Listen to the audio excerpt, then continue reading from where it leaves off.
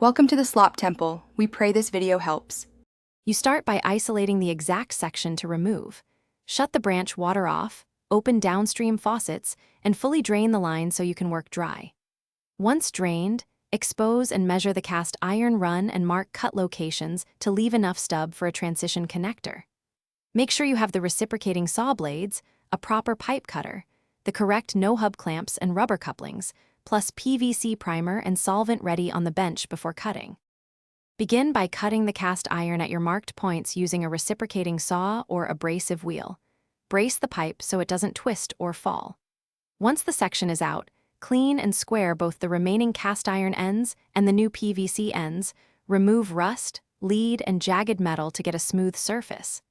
Then dry fit the transition coupling, no hub or a mechanical Fernco style, and the PVC segments. Align the run and snug clamps evenly so prime and solvent weld each PVC joint in sequence, working quickly and rotating fittings for full coverage. Once glued, allow the recommended cure time before pressurizing. Secure the new run with hangers every 4 to 6 feet and torque the transition clamps to the manufacturer's spec so the coupling seals under load. Finally, run a pressure test. If you see a leak, relieve pressure, tighten clamps incrementally, reseat the coupling, and replace the gasket or clamp if it still leaks. Thanks for watching. Consider subscribing if we helped you.